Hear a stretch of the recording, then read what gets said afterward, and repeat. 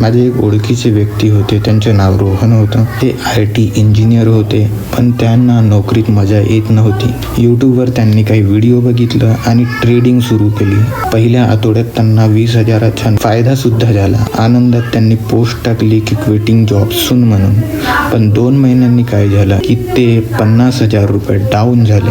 हीच ट्रेडिंगची खरी कहाणी आहे. ट्रेडिंग म्हणजे फक्त शेअर्स विकत घेणे विकणे नाही.